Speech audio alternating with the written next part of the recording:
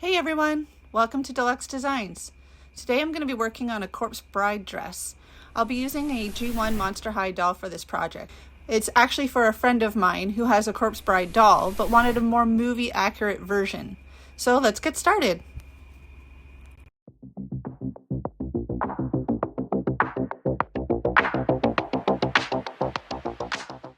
And I'm sorry, but I didn't start taping until I decided I should probably document this for all those people out there who love this character. So I have already picked out my fabric, which is a white knit fabric. It's got a nice drape to it, or sorry, it's actually an off-white. When you put it next to white, you can tell the difference. I've already done the ombre effect at the bottom, so it's all distressed and it's got the pale blue at the bottom. I've cut the edges so that they're frayed, and I have done the embroidery already on the skirt, which is the part that I think takes the longest. So I hand stitched. I just used embroidery thread.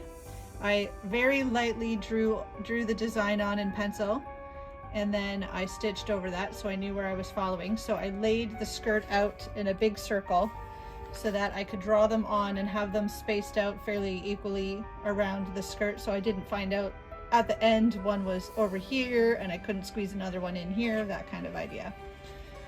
I have also done the main part of the veil. I have distressed the edges of it. I'm still going to distress more, so I'm going to cut holes in the skirt here and there, some in the veil, but I want to be careful with how many I do because I don't want it to be too delicate or come apart. I've done my embroidery here. This fabric you just have to take your time with because it's a chiffon and it can fray very easily. I did do a little bit of a blue hue on the edge of it as well, so that you can see that it's been, dragged through the water as she walks and all of that. So basically what I'm going to do is I really want to add texture to the bodice. I did put a mesh overlay on it, but it's not exactly what I want because her bodice in the images kind of has like a popcorn ceiling effect to it, so more texture to it. I'm not sure what I'm doing with that yet. I do have a bunch of supplies here that I'm going to try and work with. So this part is probably going to be used for the veil. I'll cut out the other, this is actually twined together, like wound together. So I'm just going to use the blue to give a little bit of a distressed feel on the veil, the top of the veil. I have some blue sort of muted colored flowers and accents that I'm probably going to glue together. And I do have black. I don't know if I'm going to use that or not though. I feel like it's too stark. I do have some small rosettes left over that have like a dirty, dusty kind of hue to it. I guess dirty is not the right word, but you know what I mean. It's got the muted palette to it. I'm not sure if I'm going to make a bouquet as well, but I probably will so that it looks cohesive. So a bouquet and the flowers, there's going to be a couple flowers in her veil as well. So that's where I'm at so far. I'm going to do a little bit of work and I'm going to update you guys on the progress in a little bit.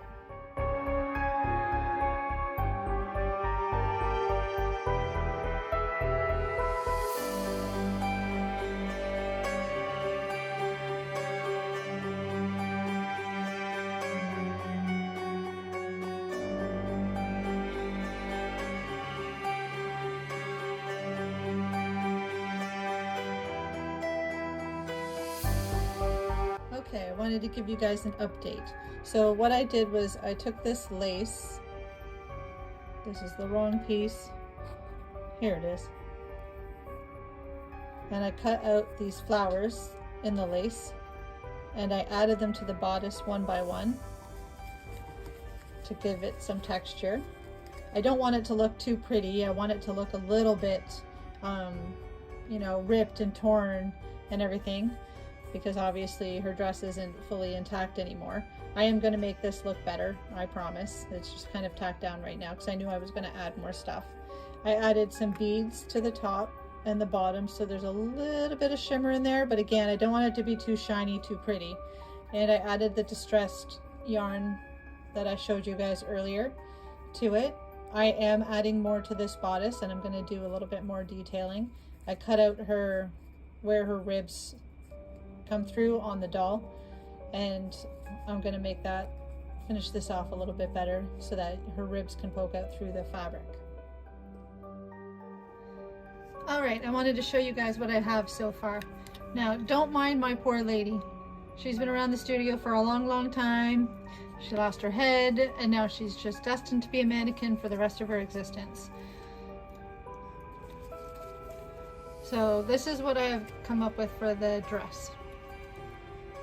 Hold on, let me get her legs in there.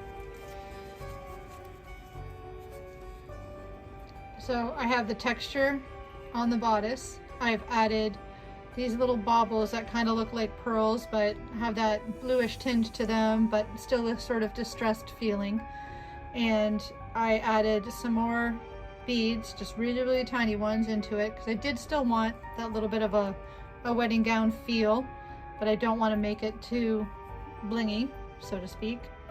So that's where I am so far. I just stitched these on using a beading needle because the hole in these are really small. A normal sewing needle will not fit through them. And now I'm starting the veil. So what I did was I have wire. So it's a soft gauge wire that is sturdy, but it bends, so it'll fit onto the doll's head.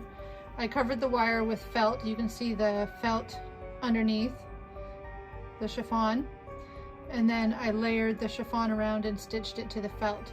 I just wanted something a little wider in this area so I can add the embellishments to it and not run out of room. I want to make sure that it stands out enough, and then this can actually bend around the doll's head.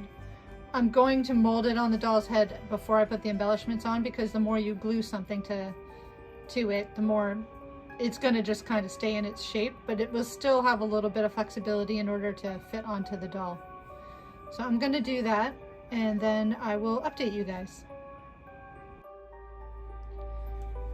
Okay, I wanted to go over again how I did this from the beginning.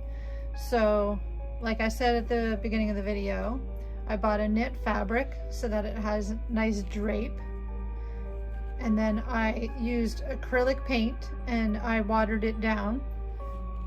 And I kind of dipped the fabric in, and afterwards it wasn't dark enough, so I sort of sponged it on to make it a little bit darker and give it a bit of a gradient, as you can see. So it has that feel of like the water seeping up into the dress.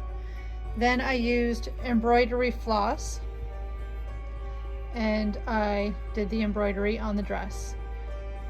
Then I added the lace flowers that I cut out from this fabric, and I added it onto the bodice to give it some dimension and some texture.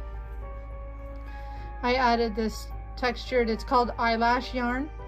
I added that. It's in a really pretty blue, but it gives that kind of gradient look that's in her pictures.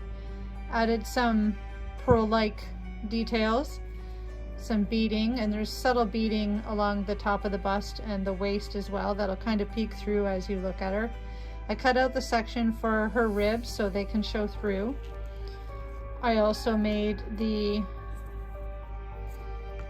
veil, so that's all set to go on when she's done. I did distress it a little bit, give it some holes. I might add a little bit more of that also at the end, just see how I like it when it's on the doll. I also did a bouquet, and I matched the flowers to this one. They do have a bit of a purpley hue to them, but I thought they worked good because sometimes her dress looks a little bit grayish, a little bit bluish, so it kind of gives that darker feel to it. So I'm going to put all the elements together.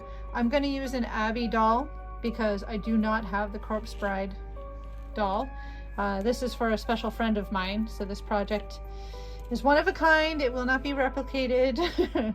I've used a lot of supplies that I've had for a long time. So like this eyelash lace I've probably had for more than 10 years, or eyelash yarn I should say. These flowers I got at Goodwill.